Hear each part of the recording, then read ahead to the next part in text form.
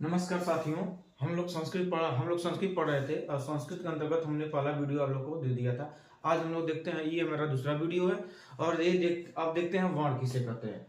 तो वर्ण अथवा अक्षर हम मुख से जिन ध्वनियों का उच्चारण करते हैं अर्थात बोलते हैं, वही हमारा क्या कहलाता है? वर्ण कहलाता है।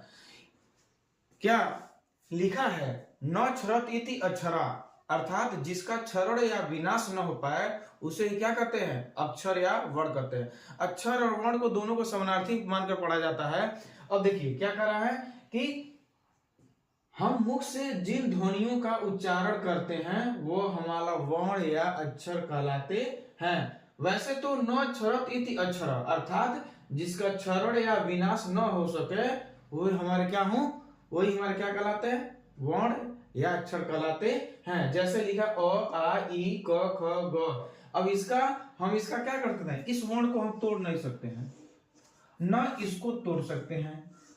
यही हमारे क्या कहलाते हैं? क्या कहलाते हैं? वर्ण या अक्षर कहलाते हैं। प्रश्न फिर पूछता है कि भाषा की सबसे छोटी इकाई क्या होती है? तो वो हमारी क्या होती है? वर्ण होती है। भाषा की सबसे छोटी इकाई क्या होती है? वर्ण। और मौखिक रूप से भाषा की सबसे छोटी इकाई क्या होती है? तो ध्वनि होती है। जैसे हमने बोल दिया अ आ ई, ये हमारा क्या है? मौखिक रूप से। और लिखित रूप से ये है, लिखित रूप से क्या है? वर्ण है। लिखित रूप से क्या है? ये वर्ण कहलाती है। और जो मौखिक रूप से बोल देते हैं वो हमारी क्या कहलाती है? ध्वनि कहलाती है। अब हमने वर्ण को दो भागों में बांटकर पढ़ा जाता है। वर्ण विचार को दो भागों में बांटकर पढ़ा जाता है। एक होता है हमारा स्वर, एक होता है व्यंजन। प्रश्न यही पूछ सकता है वर्ण को कितने भागों में विभाजित करते हैं, या वर्ण के कितने भेद होते हैं? तो वर्ण के कितने भेद होते हैं? वर्ण के दो भेद होते हैं। पहला है स्वर, दूसरा क्या है? व्यंजन। अब देखिए प्रश्न संस्कृत में पूछा है, संस्कृत में ये टेट में पूछा है कि स्वर को संस्कृत में क्या कहते हैं? तो स्वर को संस्कृत में अच कहते हैं। क्या है? अच कहते हैं। अच हमारा क्या है? अच हमारा एक प्रत्याहार है। और प्रत्याहार का निर्माण किससे होता है? जब हम लोग माहेश्वर सूत्र वर्ण सूत्र पढ़ेंगे तो हमारा क्या कहा जाए, ये कि महेश्वर सूत्र से ही प्रत्याहार का निर्माण होता है। अब फिर प्रश्न पूछ देगा हल को हिंदी में क्या कहते हैं? तो हल को हिंदी में व्यंजन कहते हैं। अब व्यंजन को संस्कृत में क्या कहते हैं? हल कहते हैं। हल एक क्या है? हल हमारा क्या है? एक प्रत्याहार है। ठीक। अब देखिए, अब परिभाषा हुआ स्वर किसे कहते हैं, अर्थात अच किसे कहते हैं। अब हम लोग स्वर न करके हमेशा अच अच किया जाए। ठीक। तो हमने कहा, लिखा है स्वयं राजन्ते इति स्वरा। स्वयं राजन्ते इति स्वरा, जो स्वयं में क्या? जो स्वयं में खुद से उच्चारित होते हैं। उच्चारित मतलब जो बोलते हैं, वे वर्ड जिनका उच्चारण स्वयं से किया जाता है वही हमारा क्या कहलाता है? स्वर कहलाता है या अच कहते हैं। प्रश्न पूछ सकता है स्वयं राजन्ते इति स्वरा, स्वर व्यंजन अयोगवा। तो स्वयं राजन्ते इति स्वरा, अर्थात यहां लिखा है, यहीं से पता चला जाएगा। तो हमारा क्या होगा? स्वर कहलाएगा। फिर यहीं पे प्रश्न पूछ देता है वे वर्ड जिनका उच्चारण करने में किसी अन्य वर्ण की आवश्यकता नहीं होती है। वे वर्ण जिनको उच्चारण करने में अर्थात बोलने में किसी अन्य वर्ण की सहयोग की आवश्यकता नहीं होती है, तो वो भी हमारा क्या कहलाती है? अच कहलाती है। अब देखिए प्रश्न पूछा है स्वरों की संख्या, ये कई बार पूछा है। स्वरों की संख्या 9 होती है। कितनी होती है? 9। संस्कृत में कितनी होती है? 9 होती है। लेकिन कहीं कहीं संस्कृत में 13 भी दिया है। लेकिन जो पाणिनि के द्वारा है, स्वरों की संख्या कितनी बताई गई है? 9 बताई गई है। अब देखिए, अब यही हमारा 9 स्वर है।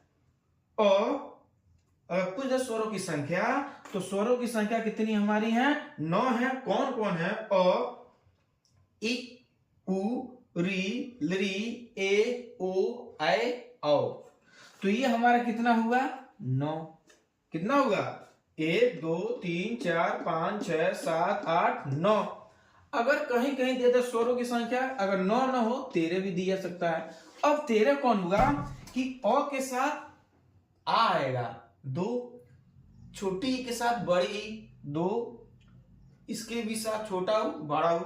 री, जैसे हिंदी में री के केवल एक ही री होता है, लेकिन संस्कृत में दो री होते हैं, एक छोटा एक बड़ा। इसमें एक छोटा एक बड़ा। अ आ ई उ री री री। री का ना छोटा होता है न ही ना बड़ा होता है, ली का एक ही रूप होता है ली। इसके साथ ए। अब देखिए हमारा 2 4 6 8 9 10 11 12 13। ठीक, तो स्वरों की संख्या अगर ऑप्शन में 13 है और 9 है तो हम 9 मारेंगे। अगर ऑप्शन में 9 9 दिया हो और 13 दिया हो तो स्वरों की संख्या कितनी होगी? 13 होंगी। अब देखिए फिर पूछ दे रहा है ये सभी स्वर क्या होती हैं? अच प्रत्याहार के अंतर्गत आती हैं। प्रश्न पूछ देगा जो हमारे जितने भी स्वर हैं वो किस प्रत्याहार के अंतर्गत आते हैं। प्रश्न आया हुआ है, पूछेगा नहीं, आया हुआ भी है। तो ये सभी स्वर अच प्रत्याहार के अंतर्गत आती हैं। अच को क्या कहते हैं? अच को स्वर भी कहा जाता है। हमने कहा अच को क्या कहा जाता है? स्वर भी कहा जाता है। फिर से हम लोग देखते हैं कि स्वर अगर वर्ण को दो भेद होते हैं, स्वर को अच कहते हैं, व्यंजन को संस्कृत में हल कहते हैं। ये अच और हल क्या हैं? अच और हल ये हमारे प्रत्याहार हैं। प्रत्याहार क्या होती है ये हम लोग महेश्वर सूत्र के बाद पढ़ेंगे। प्रत्याहार क्या चीज होती है। अब देखिए स्वर की परिभाषा, स्वयं राजन्ते इति स्वरा, जो स्वयं से उच्चारित होते हैं वह स्वर कहलाते हैं। जिन वर्णों का उच्चारण करने में किसी अन्य वर्ण की सहयोग की आवश्यकता नहीं होती है वह हमारी स्वर कहलाती है। स्वरों की संख्या कितनी होती है? संस्कृत में स्वरों की संख्या कुल 9 होती है, कहीं कहीं स्वरों की संख्या 13 होती है। तो स्वरों की संख्या 13 कौन होगा? ये हमारे री के भी दो भेद होते हैं, री री री बड़ी री। तो 2 4 6 8 9 10 11 12 13। अब देखिए सभी स्वर किस प्रत्याहार के अंतर्गत आते हैं? तो सभी स्वर हमारे अच प्रत्याहार के अंतर्गत आते हैं। स्वरों को अच को संस्कृत में स्वर कहते हैं या स्वर को संस्कृत में क्या कहते हैं? अच कहते हैं। अब फिर प्रश्न देखते, दो प्रश्न और पूछ देता है। कौन? मूल स्वर और एक होता है संयुक्त स्वर। कौन स्वर? मूल स्वर। ये प्रश्न कई बार आया है। मूल स्वर, संस्कृत में मूल स्वर कितने हैं? मूल स्वर संस्कृत में मूल स्वर कितने हैं? 5। कौन कौन? अ ई उ री ये री। क्या पूछेगा संस्कृत में मूल स्वर कितने होते हैं? तो हमारे क्या है? 5 हैं। प्रश्न आ जाएगा मूल स्वर है, मूल स्वर है आ ई ए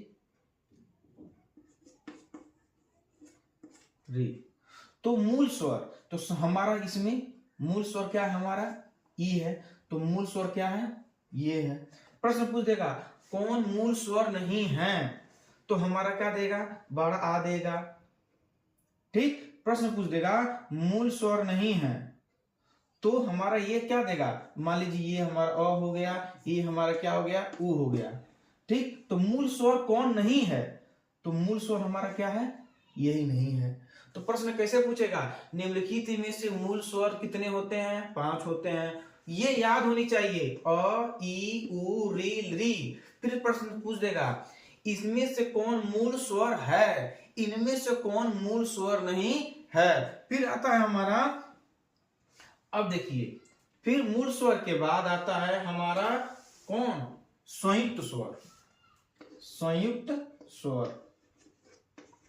संयुक्त स्वर या संयुक्त अच, संयुक्त अच। अब देखिए ये संयुक्त स्वर हमारे कितने हैं? 4 हैं। कितने हैं? 4 हैं। कौन कौन? ए ओ,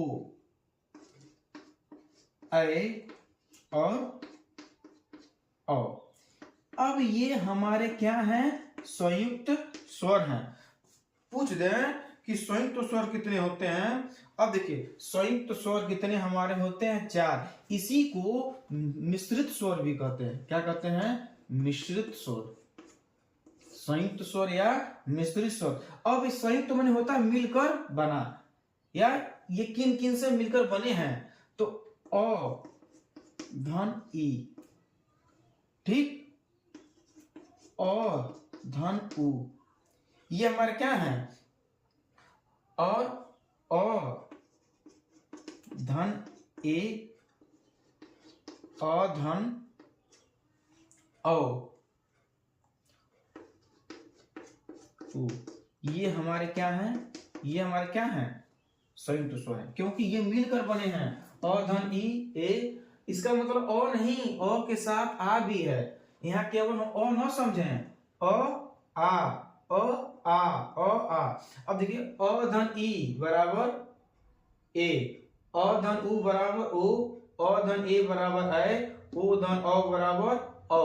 तो ये हमारे क्या है? ये हमारे संयुक्त स्वर है। प्रश्न फिर पूछेगा मूल स्वर कितने होते हैं? मूल स्वर 5 होते हैं। कौन कौन है ये बताइए। संयुक्त स्वर क्या है? संयुक्त स्वर को किस नाम से जाना जाता है? संयुक्त स्वर को मिश्रित स्वर के नाम से जाना जाता है। अब संयुक्त स्वर कई होंगे क्योंकि देखिए मिलकर बने हैं, मिश्रित हैं, क्या है? मिलकर बने हैं। अ धन ई ए, अ धन उ ओ, अ धन ए अ धन ओ औ। तो ये हमारे क्या है? संयुक्त स्वर है। संयुक्त स्वरों की संख्या कितनी होती है? ये संयुक्त स्वरों की संख्या हमारी क्या होती है?